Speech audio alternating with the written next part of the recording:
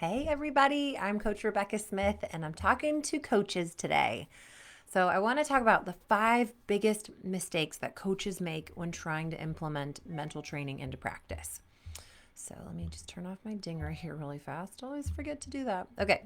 Anyway, so here we go. 5 biggest mistakes coaches make when trying to implement mental training into practice.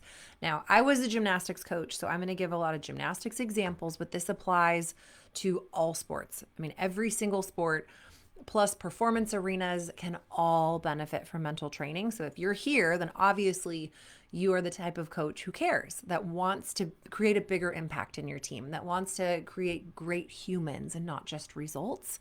So I'm going to give you those big mistakes that people make, and I made all of these as a coach. I actually made these as a mental coach as I was still getting my feet wet and figuring out what was my purpose with these kids when I was doing internships. And so I'm going to hopefully take some of the learning curve out for you if you are either already working on mental training with your kids or interested in it. So the first mistake is assuming one size fits all.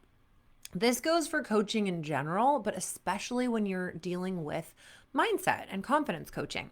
So if you've got an athlete, so I guess like my first example of adding mental coaching into my coaching, I think I was like 15 or 16. I was a brand new coach and I was trying to teach a little girl how to do a glide swing where you just grab the bar, you glide out, you glide back. And she could not get it right. She could not get it right. She could not get it right. So first of all, I had a mindset issue because I was like, nope, not right. Nope, not right. Nope. Instead of, hey, that's getting better. Oh, you're on the right track. So I had to shift over time to progress focus rather than outcome focus, but that's a whole nother story. So she couldn't figure it out. And I was so frustrated. I was like, why am I not explaining it right? I don't understand what she needs. And then I was like, oh, I'm going to try to get her to visualize. So I had her sit down, take a couple deep breaths, and imagine herself doing it. I didn't know what the heck I was doing or what I was teaching, but I was like, just sit down, close your eyes, imagine yourself doing it. She gets up, she does it perfectly. And I was like, hello, like this stuff actually works. Holy moly. That was like the second time where I'd seen imagery. People also call it visualization. I'd seen that become very powerful immediately. It was like, I call it mind magic. So I was like, okay, this is good. Now for that kid, that worked. Now you might, if you're the kind of coach who already tries this sort of thing, you might be like, well, it doesn't work it doesn't work. And some kids are like, imagery does not work for me. And there's a reason why. There's this one size fits all approach where people are like, just everybody visualize, or everybody write down an affirmation, or everybody set a goal. And all kids are different. They have different minds. They have different sensory things. Like some kids are really visual. Some are feelers. They're more kinesthetic. Some are more audio. They need an instruction.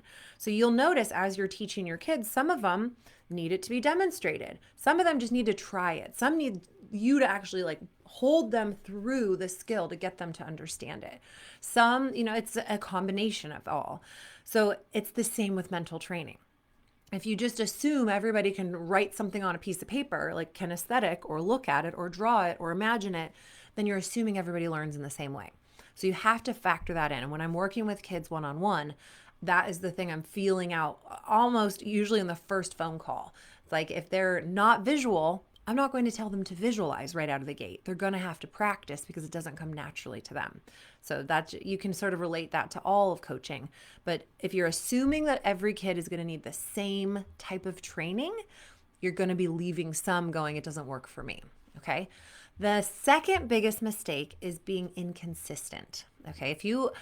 I see this a lot where coaches don't do any mental training specifically throughout the training season. And then they line up their kids for beam at the competition and they sit them down and say, everyone visualize 3 routines. I'm like, this is the first exposure they're having to this, or maybe you have them visualize once or twice in practice, or maybe you just sort of throw out the concept of visualizing.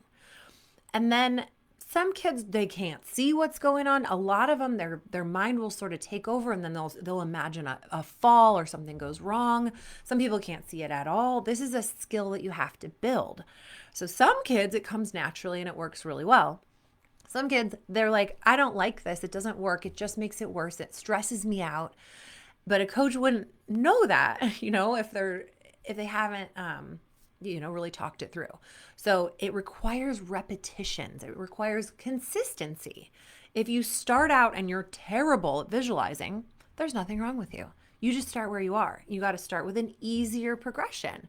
And then you work up to it. You don't want to have them do a whole floor routine if they can't even imagine their own bedroom at home.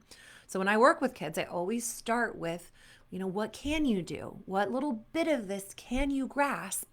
And then we do it regularly, consistently, so that they can actually build some skill. And when they build that skill, they get better and better and better to the point where they can turbocharge their confidence by just closing their eyes for 30 seconds. Okay, then we go on to the third big mistake, and that's staying at the surface level. So that is sort of the same thing where you're regurgitating things you read online or somebody told you that you're supposed to do, or something that your coaches used to ask you to do, but you don't really know why. That's the thing, is if you don't know why you're doing it, then it's on the surface. So if you take the time to learn, what is imagery? Why do we do it? I'm using imagery as an example, but there are so many different techniques like grounding and centering. There's motivation, there's affirmations, there's all of these amazing techniques that have a purpose that goes beneath the surface level. So the mistake, if you just keep it at the surface and you're like, visualize 3 routines, okay, write something on a piece of paper, all right, let's set some goals, and you don't understand why, you don't understand the theory behind it, then what happens is kids end up with limiting beliefs around it because they go, mental training doesn't work. This is dumb. This is a waste of time, because they've been doing it wrong, because you don't know why you're doing it. You're just doing it because you think you have to. Okay. Number 4 big mistake is skipping the discussion.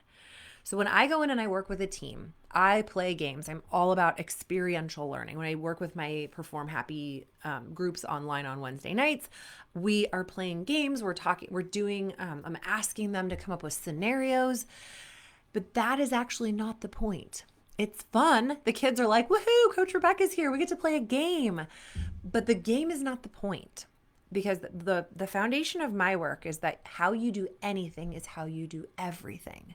So what's most important is that you play the game and then you discuss, you debrief, you reflect, you talk about what happened. What did you notice about yourself? What happened in your mind when I gave you that instruction? What happened in your mind and in your body when that person wasn't cooperating with you? I set up scenarios where they're going to get uncomfortable so that they can learn, how do I navigate discomfort? How do I deal with my own competitive spirit when I'm not getting what I want? Those bigger questions, those deeper questions, are how you make those monumental shifts so much faster. You play the game, you do the experience, and then you sit down and you go, how did it go?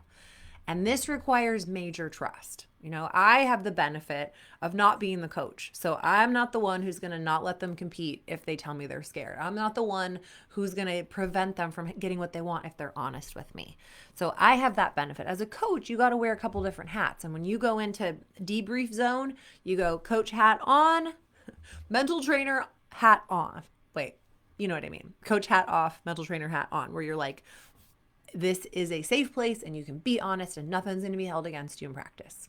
And you got to be able to really, truly say that so that you can get these kids opening up and talking about what's really going on so that they can develop that awareness. Okay, that brings me to the final big mistake coaches make when they apply mental training into practice. And that is not collecting feedback. Feedback. That is, if you're doing any kind of a program, anything new, or anything old for that matter, as far as I'm concerned, you want to be constantly collecting feedback. You want to find out, how is this working for you? Because if those kids are sitting there going, this doesn't work, this is a waste of time, I hate imagery. If they have all these limiting beliefs and you don't know it, and they're just showing up and smiling and sitting there, then you're not going to create the impact that you want to make. So I have one exercise that I love to do with kids when their coaches are not there, but this is something you could set up. It's called Keep, Stop, Start. So you give each kid a note card, and they write on there keep, stop, start. Just like a little 3x5 card. And it's totally confidential. They don't write their name on it. But what they do is they write down something they want you to keep doing You can apply this towards specifically the mental training if you want. So in our Monday night mental training sessions that we do as a team, what do you want us to keep doing? What would you like us to stop doing? And what would you like us to start doing? You can also do this in general, like for your coaching staff. What would you like us to keep doing, stop doing, and start doing? And you have them all write them out and put them in an envelope, and then you read them. Not in front of them necessarily, but you take them as a coaching team and you read them and you see, okay, what's the feedback that we are getting from these kids? Is this resonating? What are they liking? And that's one way of collecting feedback. Another is that you always want to be reflecting as a coach, as a team, the kids reflecting. The first thing I do when I start working with a new team is they get their journals, their mental toughness journals. They get whatever cute little journal and cute little pen that they're going to keep in their bag, and we start reflecting. Because again, like that debrief, it doesn't matter what you do if you're not paying attention to what's happening internally while you're doing it. That is the wisdom that we create through mental training. First, you get aware of how you operate. Then we can build confidence. A lot of coaches try to just build that confidence. Come on, confidence, confidence. But if they're not aware, you're building your house on sand. You need that foundation of awareness first. Then you build confidence. Then over time, you eventually get into trust, those are the 3 phases of my online mental training program. So hopefully that helps you. If you can go beneath the surface, if you can create that discussion, get feedback, be consistent, and know that every single kid is going to resonate differently with different exercises, you can make a really big impact. If you're not already, if you're not already a part of our Facebook page, we have a free Facebook group that's called Gymnastics Coaches Who Put Humans First, Results Second. If you're not a gymnastics coach, you can still join us. But this is really for coaches who want to make a bigger impact for their kids and not just win. But the great news is when you start operating this way, your kids actually perform a lot better too. So thanks for hanging out with me today. I'll be back soon. Bye.